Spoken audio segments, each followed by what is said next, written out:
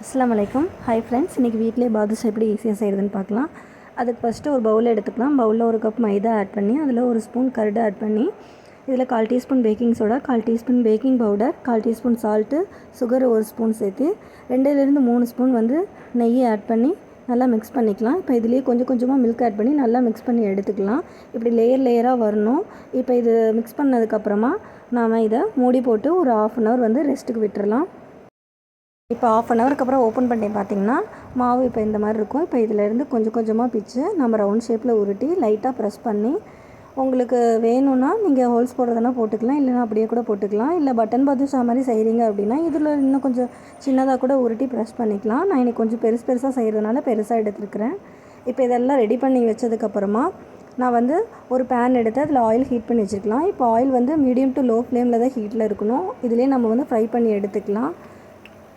High ஃப்ளேமில் வச்சு எடுத்தோம் அப்படின்னா மேலெல்லாம் கருகிரும், உள்ளே வெந்திருக்காது மாவு சரியாக. ஸோ அதனால் லோ ஃப்ளேம்லேயே வச்சு நல்லா குக் பண்ணி எடுத்துடலாம். இப்போ இது நல்லா ஃப்ரை ஆனதுக்கப்புறமா நம்ம இதை எடுத்துக்கலாம்.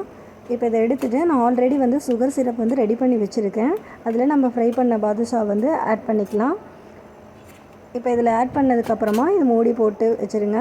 ஒரு 2-3 மணி நேரம் கழித்து ஓப்பன் பண்ணி பார்த்திங்கன்னா நல்லா ஊறி வந்திருக்கும். இப்போ எடுத்து சாப்பிட இது நல்லா டேஸ்ட்டாக இருக்கும். உங்களுக்கு வீடியோ பிடிச்சிருந்தா லைக் பண்ணுங்கள், சப்ஸ்கிரைப் பண்ணுங்கள், கமெண்ட் பண்ணுங்கள். தேங்க்யூ ஃபார் வாட்சிங் ஃப்ரெண்ட்ஸ். தேங்க்யூ.